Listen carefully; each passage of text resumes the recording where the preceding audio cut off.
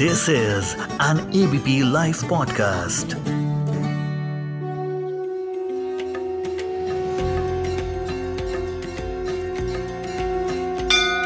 शिवरात्रि और महाशिवरात्रि में क्या अंतर होता है? महाशिवरात्रि हम मनाते क्यों हैं? इस दिन व्रत करने से क्या मिलता है? क्या महत्व है? महाशिवरात्रि की वो अनसुनी कहानियाँ जो आपको जरूर से जाननी चाहिए, और वो कौन सी गलतियाँ हैं जो बिल्कुल नहीं करनी चाहिए, जानेंगे आज FYI में सब कुछ ऑल अबाउट महाशिवरात्रि। हेलो, मैं मानसी हूँ आपके साथ ABP लाइव पॉडकास्ट पर लेकर के FYI, जहाँ मेरे साथ में जुड़ चुके हैं मैं ज्योतिर्विद पंडित राजेश शर्मा।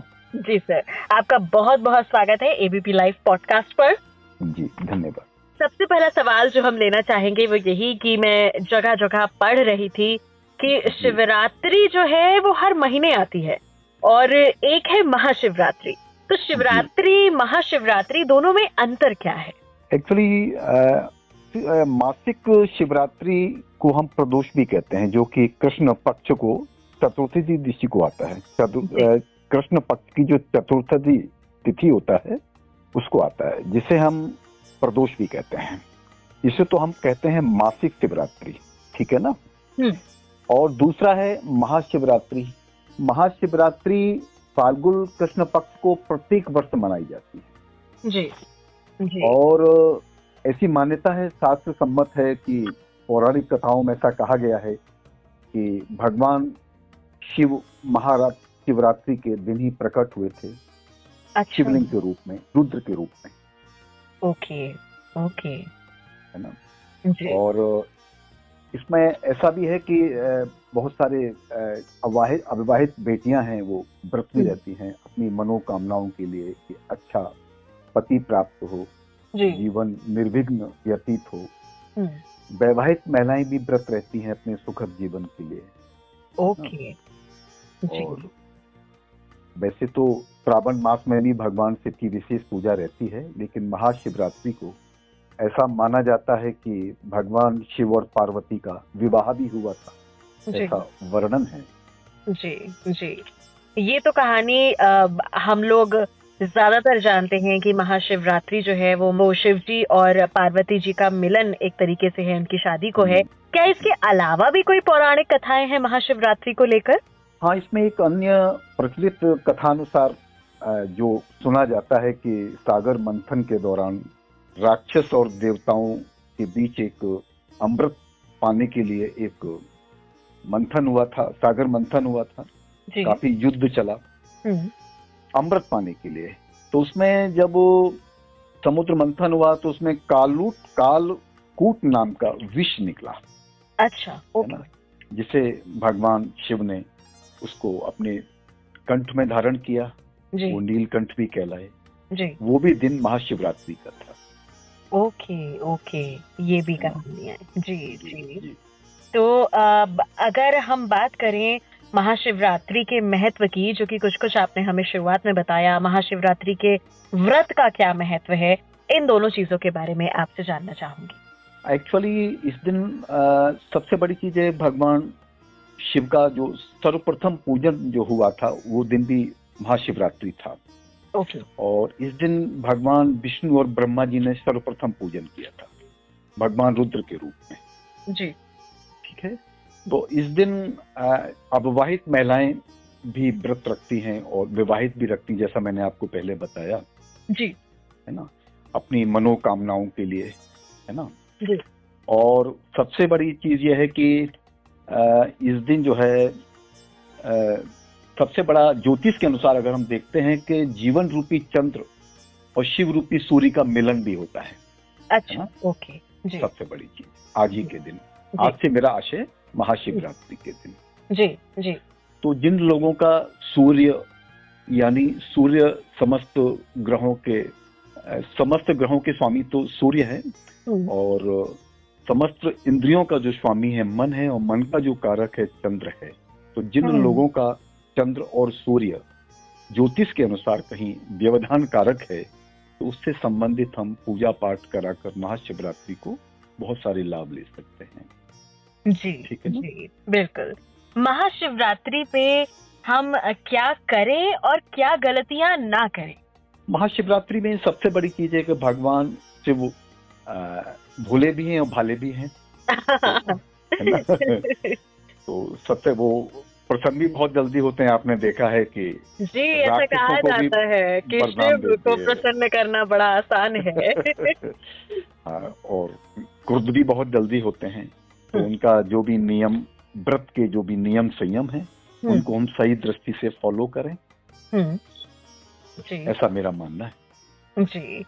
अलग अलग जगह महाशिवरात्रि कैसे मनाते हैं? जैसे कि भारत में और नेपाल में कहीं कहीं ऐसा देखा गया, गोरखपुर या जो कि बॉर्डर है नेपाल का, वहाँ शिव गौरी के रूप में लोग घर घर जाते हैं, उनकी पूजा होती है जी। उनका वेश शिव गौरी का वेश बनाकर। अच्छा, ओके, जी ऐसा भी देखा गया है, उधर काफी पूजा होती है। जी दूसरा, बहुत सारे लोग कांवड़ के रूप में भी उनकी पूजा करते हैं, है ना। जी जी जी जैसे श्रावण मास में कांवड़ जो कंधों से लाते हैं गंगा जल, जी जहाँ जो लोग रह रहे हैं उनके आसपास जहाँ भी गंगा जी हैं, जहाँ भी गंगा जी का अवतरण हुआ है, जी वहां से गंगा जल लाकर शिवलिंग पर चढ़ाते हैं। जी। इससे जुड़ा एक और सवाल जो मैं लेना चाहूंगी वो यही, चूंकि आपने कांवड़ियों की बात भी की, ये कांवड़ यात्राएं जो है इनका क्या महत्व है? ये कब से शुरू हुई कांवड़ यात्राएं? बड़ा अच्छा प्रश्न किया आपने। रावण ने सर्वप्रथम भगवान शिव को प्रसन्न करने के लिए शिवलिंग पर सबसे पहले गंगा जल चढ़ाया था, ऐसा शास्त्र सम्मत है। पहला अभिषेक रावण के द्वारा हुआ था। जी जी। दूसरा अभिषेक ये भी शास्त्र सम्मत है, भगवान राम ने भी कांवड़ के रूप में झारखंड में, जो कि आपने सुना होगा, एक जो ज्योतिर्लिंग है वैद्यनाथ, जो कि देवघर के नजदीक है जी। भगवान राम वहां से झारखंड में अपना वहां ज्योतिर्लिंग पर अभिषेक किया गंगा जल के द्वारा भगवान शिव का। तो रावण और राम दोनों का ही ऐसी मान्यता है कि अभिषेक प्रथम बार हुआ है। ओके जी। और कांवड़ यात्रा का जो सबसे बड़ा उद्देश्य है, कठिन से कठिन जो भी परिस्थितियां हमारे जीवन में आती हैं, उनसे मुक्ति के लिए अगर हम संकल्प लेते हैं कि प्रभु हमारी इस कार्य को निर्विघ्न संपन्न कराएं और हम कांवड़ यात्रा करेंगे, तो ऐसा देखा गया है कि लोगों के संकल्प पूरे हुए हैं, मनोकामनाएं पूरी हुई हैं। जी जी जी। तो लौट करके आएंगे उसी सवाल पर। आप जिक्र कर रहे थे कि अलग अलग जगह हम किस तरह से महाशिवरात्रि मना रहे हैं। जी जी। वैसे मैंने दो ही रूप में पाया है। जैसे कि कांवड़ के रूप में देखा मैंने कि लोग कांवड़ यात्रा करने को उपरांत डीजे वगैरह साथ अपने लेके चलते हैं। हाँ जी हाँ जी। और भगवान शिव पर गंगा जल के द्वारा अभिषेक करते हैं। और दूसरा, गौरी और शिव के रूप में उनका वेश धारण कर जी लोग उनकी पूजा करते हैं और अपनी मनोकामना पूर्ण करते हैं। जी। इस प्रकार से मैंने पाया है, जहाँ तक मेरी जानकारी है। जी। महाशिवरात्रि पे कहते हैं कि हमें पूरा दिन या रात हमें सोना नहीं चाहिए। बहुत से लोग कहते हैं कि साधना करनी चाहिए। तो आप इसके बारे में क्या बताना चाहेंगे? बड़ा अच्छा प्रश्न है कि महाशिवरात्रि का पर्व शिव और पार्वती का मिलन भी है उसी दिन। और जहाँ शिव पार्वती से आशय शक्ति का मिलन है, देवादिदेव का शक्ति से मिलन है। और अगर हम जागृत अवस्था में होते हैं तो अपनी मनोकामनाओं के द्वारा कुछ ऐसी साधनाएं हैं महाशिवरात्रि को करने के उपरांत हम बहुत सारे फलों की प्राप्ति करते हैं। ओके जी जी। शिवरात्रि इस बार कैसे मनानी है? क्या मुहूर्त है? क्या सही तरीका है? अगर इसके बारे में आप लोगों को बता सके। महाशिवरात्रि 18 इस बार 18 मेरा 18 से आज 17 है ना जी जी। तो कल 18 फरवरी को ही निर्धारित है। और ऐसा कुछ नहीं है कि इसका कोई टाइम फिक्स हो जी ना। तारीख तो बदलती रहती हैं, लेकिन वही है कि फाल्गुन कृष्ण पक्ष को प्रत्येक वर्ष मनाई जाती है जी। फाल्गुन कृष्ण पक्ष को, और चतुर्दशी तिथि होनी चाहिए जो कि 18 तारीख को है। और कल इसको सभी लोग, सनातन परंपरा को मानने वाले लोग इसको कल मनाएंगे। जी जी जी बिल्कुल। आपका बहुत बहुत शुक्रिया एबीपी लाइव पॉडकास्ट पर जुड़ने के लिए। आप सभी को महाशिवरात्रि की बहुत बहुत शुभकामनाएं। सुनते रहिए एबीपी लाइव पॉडकास्ट।